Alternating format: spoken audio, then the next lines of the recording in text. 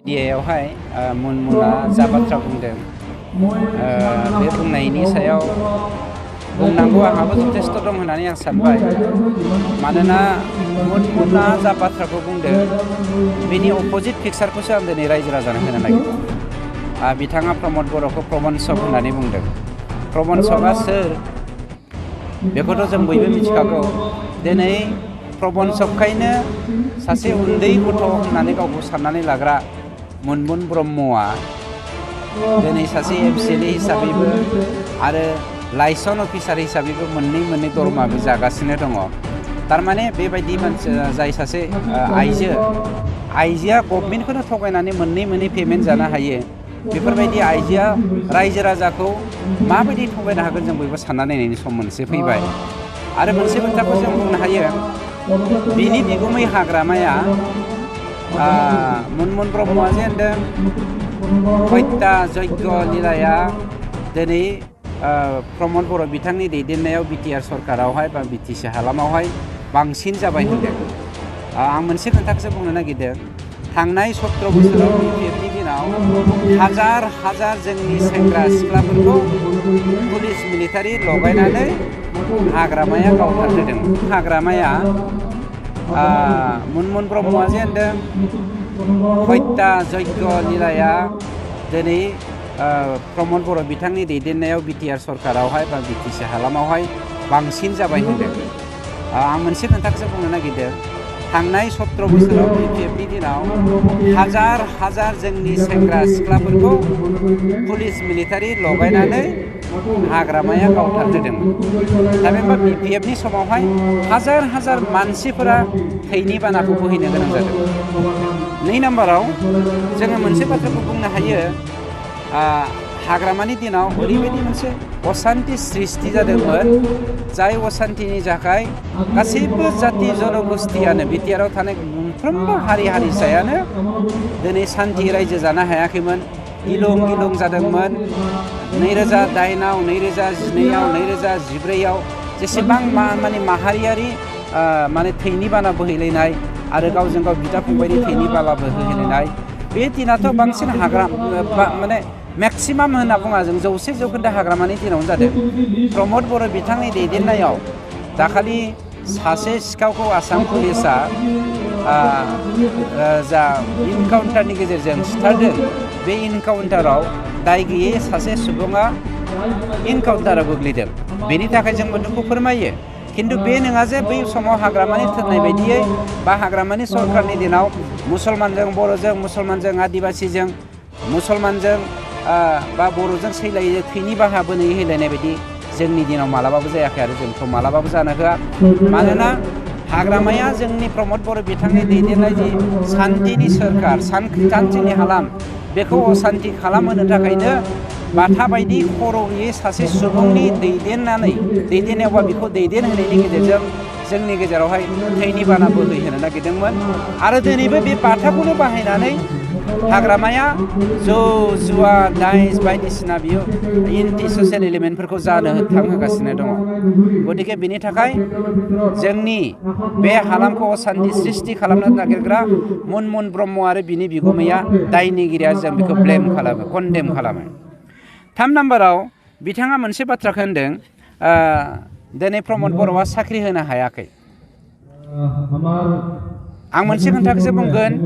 थांनाय 2020 मायथाइनि सिगां 2019आवहाय बिथांनि सरकारा जेब्ला जोबनोसैमोन, गिनानै गावनि मानसिफोरखौ मोनसे स्टेन्डआव लाखिनायनि थांखिजों बियो उइदाउट इन्टारभिउ फाथियालासिनो फ्राय 700निख्रुइ बांसिन 750निख्रुइबो बांसिन मानसिफोरनो इलिगेलि थाखा घुस लानानै बिथांमोना साख्रि होदोंमोन।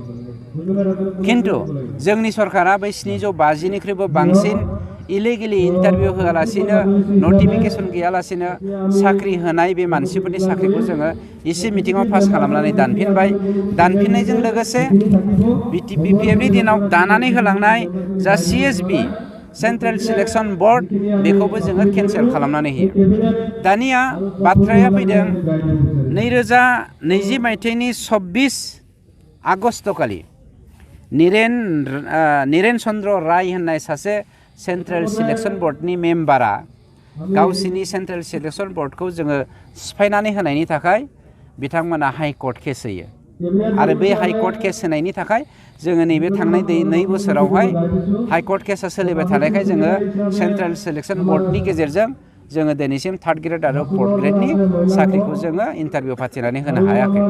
हायो हाग्रामा बायदि 2 नाम्बारि गोसोनिबा मुनमुननि बा बिनि बिगुमै हाग्रामानि बायदि जों 2 नाम्बारि गोसोब्ला दाबो जों रोजा रोजा मानसिनो मास्टार रल साख्रिखौ होनो हायो।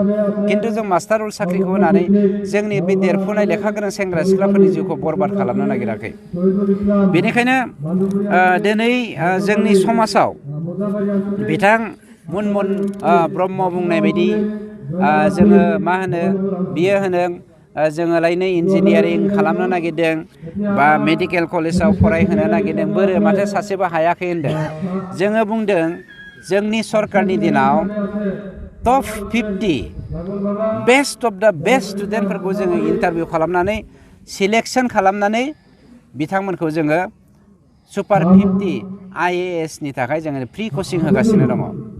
टप 50 हायार सेकेन्डारि साइन्सआव पास जानाय गथ'फोरखौ जोङो फ्रि कचिं होनानै बिसोरो माब्रै इन्जिनियारिं आरो मा होनो मेडिकेल कलेजावहाय एडमिशन लानानै गोरलैयैनो इन्जिनियारिं आरो MBBS पास जानानै जोंनि हालामखौ सिबिनो हागोन बेनि थाखाय जों राहा लामा लादों।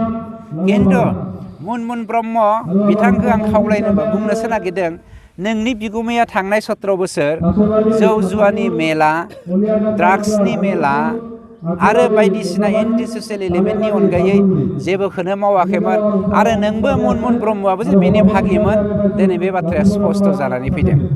बेनिखायनो सिबिजाथाव जोंनि बिटिआरनि साफ्रोमबो रायजो राजाखौ आं बेखौसो फोरमायनो नागिरदों दिनै जि हत्यालिला जादों होननानै बुंदों जोंनि गेजेराव जा सरकारा मा होनदों साख्रि होआखै होननानै मुनमुन ब्रह्मआ अजद दैखांदों। बेनिफ्राय जोंनि जा लेखा गोरों सेंग्रा सिख्लाफोरखौ मा होनो इन्जिनियारिं फरायनायनि थाखाय बा मेडिकेल साइन्स फरायनायनि थाखाय बा IAS जानानै जोंनि हालामखौ दैदेननायनि थाखाय जोङो जा सुबिदा खालामनो नागिरदों बेनि हेंथायै जोंनि समाजखौ गाज्रियै माने दैदेनलांनायनि जा बिथाङा थुलुंगानायजों समाजखौ बोखेनानै लांनो नागिरदों बेखौ आं कन्डेम खालामो आरो कन्डेम खालामनायजों लोगोसे भबिष्यताव नोङो सासे सिबियारि समाज सिबियारि जानो लुबैदोंब्ला मोजां रावजों मोजां मिजिंजों समाजखौ थुलुंगा आं बेखौसो खावलायदों। मानोना नोंनि नंगुमैया थांनाय डिसेम्बर 2 बोसोरावहाय सानसेबो एसेम्ब्लियाव मिटिं गाफैफेराखै। एसेम्ब्लियाव गायैनि थांखियानो जादों नोंनि बिगुमाया जे सान्तिखौ हजम खालामनो हायाखै, नोंनि बिगुमाया जे जौगानायखौ हजम खालामनो हायाखै, नोंनि बिगुमाया जे जौ जुवा ड्राग्स मेला बायदिसिनाखौ फोजोबनायखौ हजम खालामनो हायाखै बिनि जानानै नोङो एडभकेसि खालामनाया जोंनि थाखाय लासिंसिं बाथ्रा।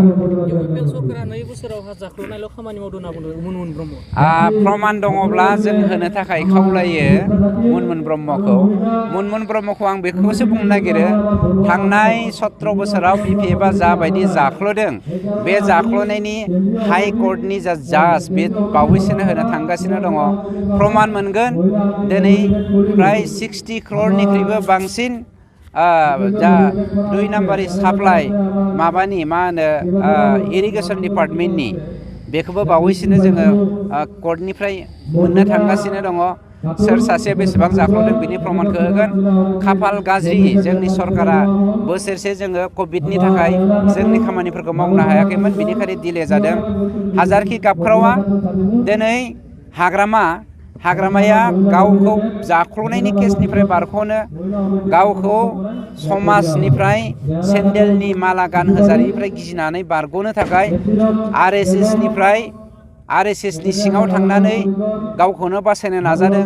खिन्थु जोंनि प्रमद बर' बिथाङा खुनु RSS BJPनि जों कनभार्ट जानानै बा बिनि सिङाव थांनानै जोंनि समाजखौ फाननो नागिराखै बा बासायनायनि मुङाव हाइड एन्ड सिक गेम गेलेनो नागिराखै जायखौ हाग्रामाया मावगासिनो दङ। बिथिं आरो प्रेस मोसाहारि MCL बिथाङा बुंदों दासिमबो गांसेबो हानि पाट्टा रानाखै थगायगासिनो दं होनना बुंदों। जाम्बा प्रेस मुसाहारियाथ' जाम्बासो प्रेस मुसाहारिनि जायगायावनो माथो 875टा फेमिलिनो आंहा राननानै फैदों दाखोन प्रेस मुसाहारिनि जायगायावनो 875टा फेमिलि जाम्बाया निउस नाया नामा बेलाय आरो बिसिनि एमएलए मा नाममोनलाय प्रेसनि एमएलए सरनानो बे गावनो राननो मोनदों फट'आनो दं आंनियावनो फट'कपियानो हाजार मानसिया लेन्ड मेलानि गेजेरजों दिनै हा मोनदों बिपिएमनि समावथ' कुनु मुसलमाना हा मोनाखैमोन कुनु आदिबासिया हा मोनाखैमोन गासैबो हानि मोन्थाइनिफ्रायनो जानगारदोंमोन जोंथ' दिनै केबल बर'निल' नङा बिटिआरआव साफ्रोमबो बिटिआर बासि जायफ्रा आयेन बायदियै बिटिआरनि मानसिफोर बिसोरो जों हानि मोन्थाइखौ होगासिनो दङ जोबथा कुइसन मुनमुन ब्रह्मआ बिटिआरनि चिफ प्रमद बर'खौ बिटिआरनि नंगौना नङा सन्देह दं होनना बुंबावदों गावनो नंगौना नङा गावखौ प्रकास खालामबोथों बियो गावखौनो बुंबोथों मुनमुना बिटिआरनि नंगौना नङा मानोना मुनमुना बहा हाबा जाहैदों बहा मादों बिनि माबाखौ सर्सखौ नोंथांमोना लाग्रोनानै कुइसन खालामबा साबसिन जागोन